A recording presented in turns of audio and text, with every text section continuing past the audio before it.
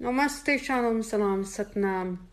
सब लोग सुशांत सिंह के बारे में बोल रहे हैं और मैं क्या बोलूं। बॉलीवुड में क्या क्या चलता है।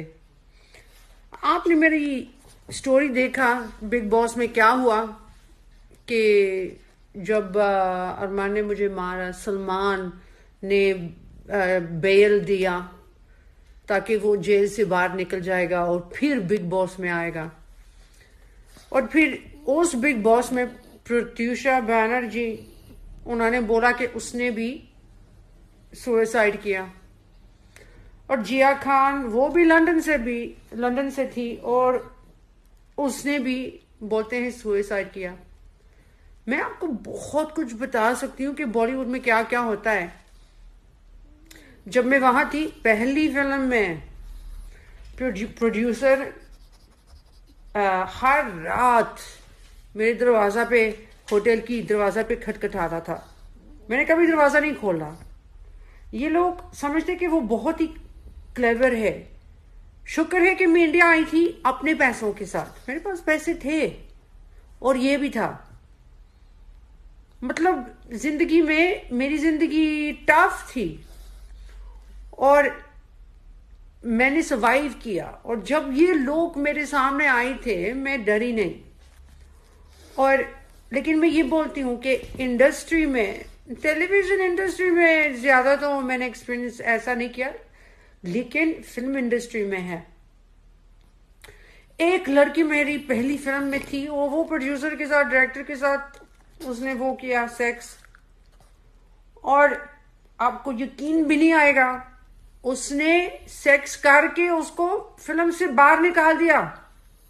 बेचारी बेचारी।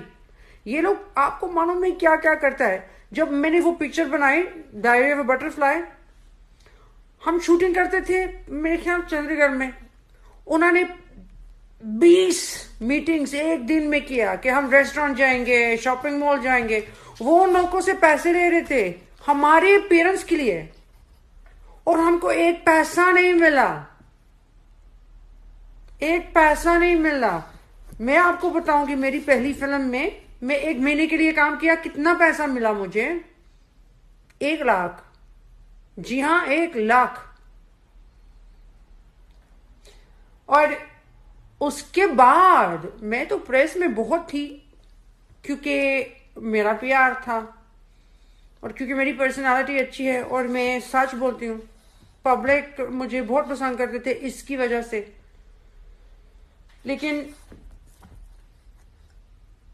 कोई कोई लोग इंडस्ट्री में मुझे जैसे बोल रहे, सोफिया काल आपका काम है, आप जाओ वहां, आपको 10 करोड़ मिलेगा ना। 10 करोड़ नहीं, 1 करोड़। मेरी नंबर्स अच्छे नहीं है हिंदी में।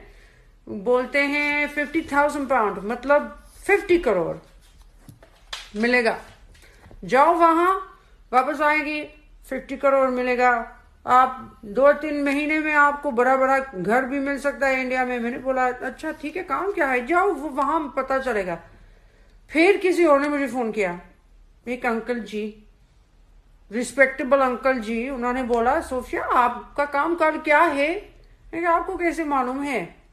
उसने बोला किसी ने मुझे बोला कि आप जाएगी, 50 करोड़ का काम है। मैंने बोला, उसने बोला काम आपको मालूम क्या है? मैंने बोला नहीं, उन्होंने बताया नहीं, लेकिन मेरे ख्याल में कुछ एडवर्टाइजमेंट होगी। उसने बोला ना, वो काम है। एक्चुअली मैं आपको बताऊंगी, मैं नहीं मालूम, मुझे नहीं मालूम है कि आप सेक्स कैसे बोलते हो हिंदी में, क्योंकि मेरे माँ बाप ने मुझे ये लफ्ज नहीं सिखाया, मैंने किसी को पूछा भी नहीं। हो सोचो, अगर मैं क्लेवर नहीं थी, क्या क्या हो सकता। और ये लोग जो प्रोड्यूसर था मुझे वहां भेज रहा था, कहां भेज रहा था? ये गवर्नमेंट के लोग थे। जो लोग आप देखते हो इंडस्ट्री में, जो उनके खानदान में फिल्मी नहीं है, पैसा कैसे मिलता है उनको? ये बुरा काम करके। उनको इतना पैसा मिलता है, फिल्मों में इतना पैसा है भी नहीं, वो जो दूसरा काम उससे मिलता है, और उससे उनको पावर भी मिलता है क्योंकि गवर्नमेंट के लोग भी इसमें है ना। लेकिन मेरा ना, कैसे बोलते हो, मेरी जो आत्मा है, मेरी मेरी आत्मा कुछ और है, बहुत प्योर है। मैं तो वो काम कर भी नहीं सकती। अरे भाई, रोहित शर्मा के साथ मैंने किया, लेकिन वो मेरा बॉयफ्रेंड था और मैं उसकी पहली थी, लेकिन उससे पैसे मैंने नहीं लिया। फिर मैं ये बोल रही हूं कि ये लोग सुसाइड क्यों क्यों करते हैं, क्योंकि ये लोग मैनिपुलेट करते हैं। पता, जब मैंने बिग बॉस किया और मैं गई थी कोर्ट, सॉरी, मैंने वकील लिया, डॉली बिंड्रा ने मुझे बोला कि सोफिया, आप अपने आप को बचाओ, क्योंकि एक दिन आप एयरपोर्ट जाएगी और आपकी सूटकेस में ड्रग्स होगा और किसी को नहीं मालूम है कि वो कहां से आए। ये लोग ये कर सकते हैं। बताओ ना, क्या करो। हाँ, मेरी स्पिरिचुअल अवेकनिंग है, शुक्र है, लेकिन टीवी का काम है ये मैंने कभी देखा नहीं, लेकिन ये फिल्मों में बहुत कुछ मैंने देखा। इन लोगों के पास कोई मन नहीं है, कोई आत्मा नहीं है, कोई मोरालिटी नहीं है। वो समझते हैं कि इंसान इंसान नहीं है। वो समझते हैं कि भगवान, खुदा, अल्लाह कुछ नहीं है, और ये लोगों की जिंदगी भी लेते हैं। सुनो, ये सिर्फ एक्टर्स के बारे में नहीं है, लेकिन वो लोग जो लाइटिंग करते हैं, जो वो लोग बोलते हैं आम आदमी, अगर वो एक्टर्स को ऐसे ट्रीट कर सकते हो, आप ये भी सोचो वो लाइटिंग स्टाफ के साथ या दूसरे स्टाफ को सेट पे क्या क्या करते हैं। मैंने बहुत कुछ देखा है एक्चुअली। एक पिक्चर में, वही पहली पिक्चर में, उन्होंने, एक लड़का था, मैंने उसको बोला स्पॉट बॉय, मैंने बोला भाई मुझे चाय चाहिए। वो गया चाय लेने के लिए, फिर डायरेक्टर ने बोला, ए कहाँ जा रहे हो? हाँ, सोफिया मैडम के लिए मैं चाय लेकर आ रहा हूँ।